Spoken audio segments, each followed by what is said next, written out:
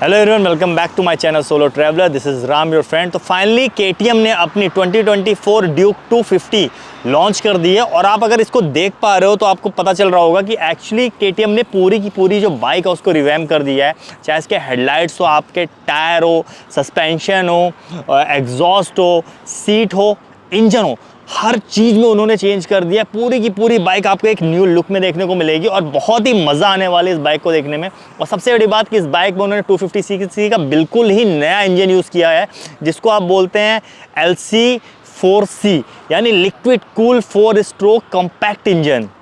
भाई देखते हैं क्या क्या चेंजेस आ गए हैं। बाकी अगर ये KTM ड्यूक आपको लखनऊ से हो और परचेस करनी है तो 2,80,000 के आसपास इसको ऑन रोड आप परचेस कर सकते हो। और यहाँ पे आप जा सकते हो JSV KTM, जो कि आपकी इंजीनियरिंग कॉलेज चौराहे के पास में स्थित है। चलिए जल्दी से इस देर नहीं करते हैं और स्टार्ट करते हैं इस रिव्यू को।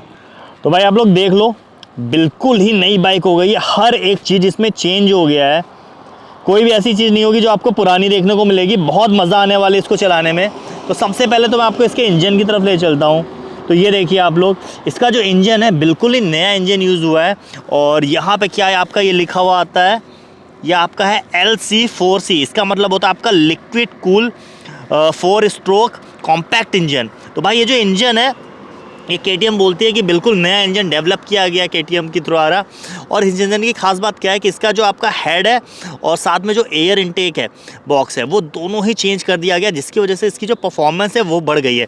अब ये जो बाइक आपकी है, पहले 30 PS की पावर जनरेट करती थी, बट ये आपकी अब 31 PS की पावर जनरेट करती है 9,250 RPM पे। साथ ही जो इसका टॉर्क है वो भी बढ़ गया है। पहले 24 न्यूटन मीटर का टॉर्क जनरेट करता था, अब ये जो बाइक है ये आपकी 25 न्यूटन मीटर का टॉर्क जनरेट करती है। मतलब 1 PS पावर और 1 न्यूटन मीटर टॉर्क दोनों ही उसने बढ़ा दिया है। अब फ्रंट की तरफ मैं आपको लेके चलता हूँ। तो यहाँ पे आप देख पाओ, फ्रंट की जो लाइट थी, पहले भी स्प्लिट लाइट मिलती थी, अब भी स्प्लिट लाइट मिलती है, बट अगर आप साइड से देखोगे ना तो इसमें यहाँ पे कर्व आ गया है। तो जो KTM की बिग सिस्टर्स होती थी, जो इनकी मतलब MotoGP वाली बाइक्स होती थी, उससे कहीं ना कहीं इसकी जो हेडलाइट है वो इंस्पायर्ड है। और बहुत मज़ा आने वाला है इसको देख के। थोड़ा सा मेरे को इसका भी कमेंट में देखने को मिल रहा है कि इसका जो थ्रो है वो उतना अच्छा नहीं है। रात में आपको थ्रो बहुत ज़्यादा अच्छा नहीं मिलता, तो उसके ऊपर थोड़ा सा KTM को काम करने की ज़रूरत है। थ्रो इसको और अच्छा कर दें। साथ ही यहाँ पे पहले क्या होता था कि DRL जो है 390 में यहाँ पे देखने को मिलते हैं, बट इसमें कोई DRL देखने को नहीं मिलते। बट यहाँ पे एक्सेसरीज़ का पार्ट है वो आप लगा सकते हो यहाँ पे। बाकी लाइट्स बहुत ज़्यादा ऑसम दिख रही हैं, स्मोक ब्लैक कलर में बहुत ही ज़्यादा सेक्सी देखने को मिल रही है। अब आ जाते हैं आगे के टायर्स की तरफ। तो यहाँ पे मैं आपको नीचे की तरफ ले चलता हूँ। तो ये टायर आप देख लो। तो भाई यहाँ पे आपको जो टायर है ये देखने को मिल जाते हैं MRF कंपनी के। तो भाई MRF कंपनी के आपको रेडियल टायर देखने को मिल जाते हैं और 110 सेक्शन के ये टायर हैं। बहुत मज़ा आने वाली है। काफ़ी ब्रॉड टायर्स आगे देखने को मिल जाते हैं। साथ ही इसका जो एलॉय है ये भी काफ़ी अच्छा है, 5 स्पोक के साथ आता है। और एक ख़ास बात और है इस एलॉय में, आपको मैं दिखाता हूँ। यहाँ पे देखो आप, ये स्पेस आपको देखने को मिल रहा है। ये जो स्पेस है ये इसका क्या कर रहा है कि इसका जो वेट है इसको रिड्यूस कर रहा है। पहले ये यहाँ पे था, ये पूरा आपका भरा हुआ आता था, अब यहाँ पे भी इन्होंने स्पेस दे दिया ताकि वेट रिड्यूस हो जाए। साथ ही आगे की जो डिस्क है ये भी मैं आपको दिखा देता हूँ। आप देखो, जो डिस्क है उसके जो बीच की प्लेट होती थी वो इन्होंने गैप कर दी है।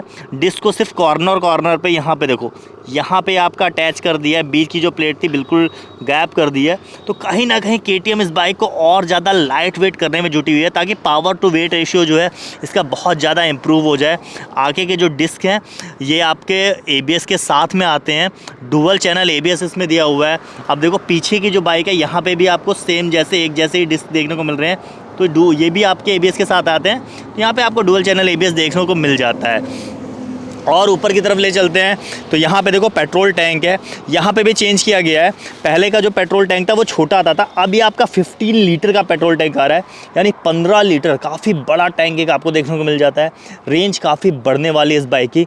साथ ही यहाँ पर मैं आपको दिखा देता हूँ, ये देखो यहाँ पे आपको ग्राफिक्स देखने को मिल जा रहे हैं। जो इसका पेट्रोल टैंक की जो आपकी ये काउल है या फेयरिंग बोलते हैं, ये बिल्कुल एकदम रिवैम्प कर दिया, पहले जैसी नहीं है। काफ़ी एरोडायनेमिक्स अच्छी कर दी गई है इसकी। यहाँ पे आपको देखो एकदम पेंट जो है काफ़ी अच्छी क्वालिटी का होता है, जो पाउडर कोटेड पेंट होता है वो इसमें यूज़ किया गया है। यहाँ पे वाइट कलर की KTM का लोगो बना हुआ है, लिखा हुआ है। साथ में यहाँ पे देखिए ये E20 लिखा हुआ है, तो E20 के हिसाब से जो इसका इंजन है वो बना हुआ है। इसके अलावा अब मैं ले चलता हूँ आपको हैंडल बार की तरफ। तो यहाँ पे देखो जैसे पहले हैंडल बार आपका आता था वही सेम हैंडल बार यूज़ हो रहा है।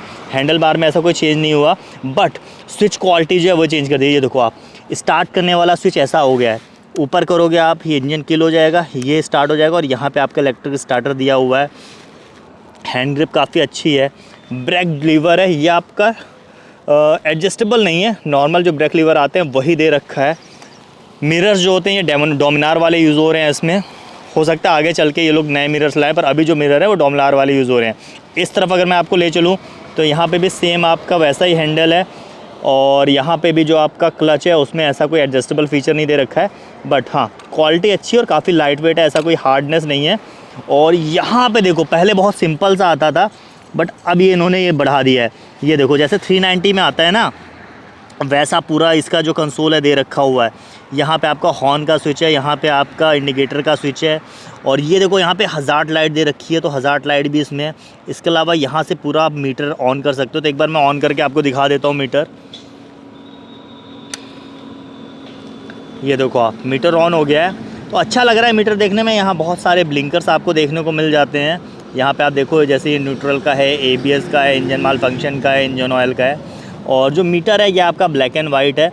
यहाँ पे देखो दिखा रहा है आपका, यहाँ पे साइड स्टैंड लगा हुआ है, यहाँ पे आपका टाइम दिखा रहा है।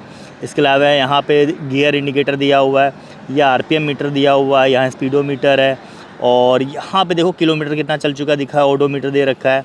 यहाँ पे रियर ABS ऑन लिखा है। तो इसका मतलब क्या है कि एक बार दिखाओ, यहाँ पे ये जो स्विचेज़ हैं इसको आप नेविगेट करके इस मीटर को आप नेविगेट कर सकते हो। जैसे ये देखिए मैंने दबाया तो यहाँ पे देखो, यहाँ पे ये आ गया आपका ट्रिप। एक बार और दबाता हूँ, ये देखो मेन्यू आपका आ गया, और मेन्यू में देखो ABS है। ABS के अंदर मैं जाता हूँ तो रोड और सुपर मोटो, तो दो मोड है इसमें। रोड मोड में आपका अगर रखोगे आप तो जो ABS है आगे पीछे दोनों के काम करेंगे, और सुपर मोडो में पीछे वाले टायर का जो ABS है वो बंद हो जाएगा। बैक जाता हूँ मैं। इसके अलावा बाइक इन्फॉर्मेशन है, ट्रिप ऑन इन्फॉर्मेशन है, लैप इन्फॉर्मेशन है, सेटिंग इन्फॉर्मेशन है। सेटिंग के अंदर अगर आप जाओगे तो फेवरेट है, क्विक शिफ्टर है। अब देखो क्विक शिफ्टर इसमें दे रखा है। क्विक शिफ्टर में अगर आप जाओगे तो यहाँ पे अप वाला क्विक शिफ्टर और डाउन वाला क्विक शिफ्टर, दोनों को आप चाहो तो अप वाला बंद कर दो, चाहो तो डाउन वाला बंद कर दो। और अगर आपको पूरा ही क्विक शिफ्टर ऑफ करना है तो क्विक शिफ्टर प्लस दे रखा है। यहाँ पे आप जाओगे तो ऑन ऑफ इसको क्विक शिफ्टर को कर सकते हो। इसके अलावा यहाँ पे कनेक्टिविटी भी है, ब्लूटूथ कनेक्टिविटी है, शिफ्ट लाइट है, मतलब बहुत सारे फीचर इसके मीटर में दे रखे हैं। तो काफ़ी ज़्यादा अच्छी चीज़ें कर दी गई हैं। यहाँ टैंक में भी देखो, यहाँ पे कितनी अच्छी सी एक टेक्सचर टाइप का देखने को मिल जाता है। अब ले चलते हैं आपको सीट की तरफ। तो भाई यहाँ पे तो मैं बहुत ज़्यादा खुश हूँ। सीट्स बहुत ज़्यादा कंफर्टेबल कर दी हैं। देखो आप चाहे राइडिंग सीट हो, चाहे आपकी पिलियन वाली सीट हो, काफ़ी ज़्यादा कुशनी बना दी गई है। ये आप देख पा रहे हो कितनी ज़्यादा कुशन वाली है, बहुत ज़्यादा कंफर्टेबल हो गई है। पीछे यहाँ पे काफ़ी लंबे से आपके जो ग्रैब हैंडल होते हैं पिलियंस के लिए, ये भी काफ़ी लंबे से दे रखे हैं, काफ़ी स्टडी दे रखे हैं। और यहाँ पे पीछे टायर हैगर जैसा, टायर घर तो नहीं है, बट यहाँ पे जो टेल टाइडी है वो भी काफ़ी अच्छी है। काफ़ी चौड़ी टेल टाइडी दी है, ताकि आपका जो भी अगर बारिश में जा रहे हो कचड़ा वचड़ा है ये आपके ऊपर ना आए। तो ये काफ़ी अच्छी चीज़ कर दी गई है। पीछे के टायर की तरफ मैं आपको ले चलता हूँ। तो जैसा मैंने बताया कि पीछे का जो टायर है ये आपका थोड़ा सा और चौड़ा है। ये भी आपका MRF का ये रेडियल टायर है, और 150 सेगमेंट के आपको टायर देखने को मिलते हैं। तो काफ़ी ज़्यादा ब्रॉड देखने को लगते हैं। पीछे के ABS के बारे में आपको बता ही दिया था कि ABS है, और इसके अलावा जो पीछे की डिस्क प्लेट है वो भी आपका बीच में से हॉलो है, ताकि ज़्यादा से ज़्यादा इसका जो वेट है वो रिड्यूस किया जा सके। तो वेट की बात अगर कर लें तो मैं आपको दूर से दिखा देता हूँ कि पहले ये जो बाइक थी ये आपकी 170 kg की आती थी, और अब 15 लीटर का टैंक इसका कर दिया गया, यानी टैंक पहले से बढ़ा दिया गया है। उसके बाद भी अब आपकी 163 kg की आती है, तो 7 kg वेट रिड्यूस कर दिया है। और यहाँ से अगर आप देखोगे तो एक चीज़ और देखोगे कि नीचे इसकी जो ग्राउंड क्लियरेंस है भाई बहुत बढ़ा दी है भाई, 183 कर दी गई है। मतलब कि आप अच्छी खासी ऑफ रोडिंग इससे कर सकते हो। कहीं पे भी पहाड़ वहाड़ पे आप जाओगे, आपको सोचना ही नहीं है कि नीचे से गाड़ी कहीं लड़ने वाली है। 183 एक बहुत ज़्यादा अच्छी ग्राउंड क्लियरेंस होती है। आगे के सस्पेंशन में आपको दिखा देता हूँ, तो भाई WP के आगे के सस्पेंशन लगे हुए हैं, एडजस्टेबल नहीं है बट बहुत अच्छा काम करते हैं। चाहे आप रेस ट्रैक पे ले जाओ, चाहे इंडियन रोड्स पे ले जाओ, सस्पेंशन बहुत अच्छा वर्क करने वाले हैं। आगे का जो मडगार्ड है, फ्लोटिंग मडगार्ड लगा हुआ है, बहुत अच्छा काम करता है। इसके अलावा पीछे के जो सस्पेंशन है ये भी WP के, और आप देख लो भाई थोड़े से साइड में लगे हैं, और वो साइड में कैसे लगाए गए हैं मैं आपको एक बार दिखा देता हूँ पीछे से। पहले जो इसके मोनो सस्पेंशन थे बिल्कुल बीच में लगे होते थे यहाँ पे, पर अब यहाँ पे नहीं लगे हैं, अब साइड में लगे हैं और एडजस्टेबल आप देख लो। WP के एपेक्स सस्पेंशन है, एडजस्टेबल है। क्योंकि पहले क्या होता था यहाँ पे ना, यहाँ पे आपका इसका जो एग्जॉस्ट होता था वो लगा था, उसको हटा के अंडर बेली एग्जॉस्ट कर दिया गया है। तो उसका जो ग्रेविटी है ना, ग्रेविटी पॉइंट है वो इसका बीच में आ गया, तो उसकी वजह से इसके जो सस्पेंशन है इसको ये साइड में ला पाए हैं।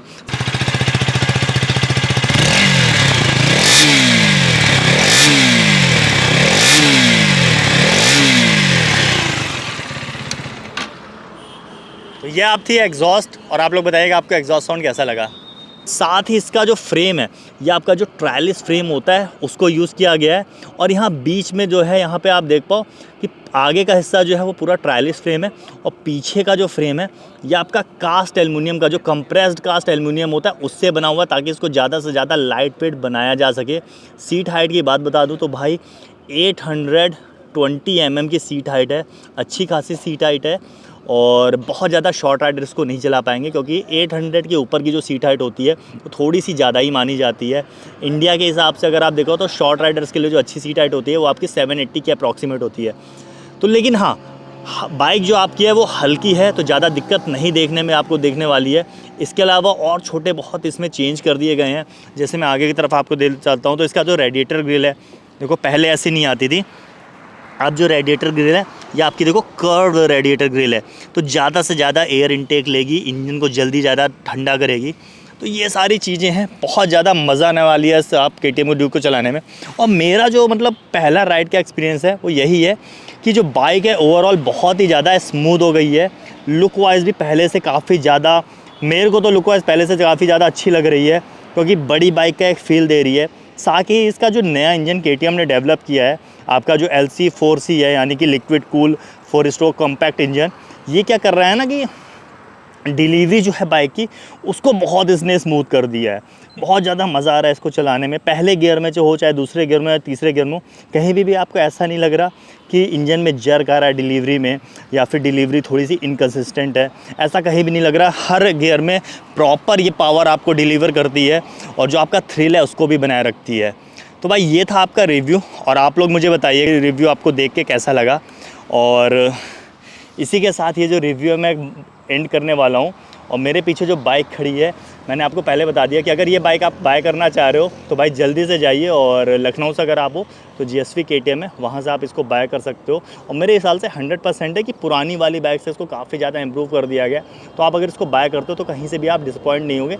लेकिन जैसा मैंने हमेशा बोला है कि भाई रिव्यू कोई भी करे, फाइनल डिसीज़न जो आपका है वो आपको ही लेना है। और बिना टेस्ट राइड करके, कोई भी बिना टेस्ट राइड किए हुए कोई भी बाइक आप कभी भी परचेज़ ना कीजिए। कोई भी अगर आपको व्हीकल परचेज़ करना है तो रिव्यूज़ के ऊपर मत जाइए, टेस्ट राइड ज़रूर लीजिए। उसके हिसाब से अगर आपको अच्छा लगता है तभी आप उसको परचेज़ कीजिए। तो जल्दी से जाइए और मेरे चैनल को सब्सक्राइब कर लीजिए, और सोशल मीडिया हैंडल यहाँ पे डिस्प्ले हो रहा है, वहाँ मेरे साथ कनेक्ट कर सकते हो। This is Ram solo traveller signing off.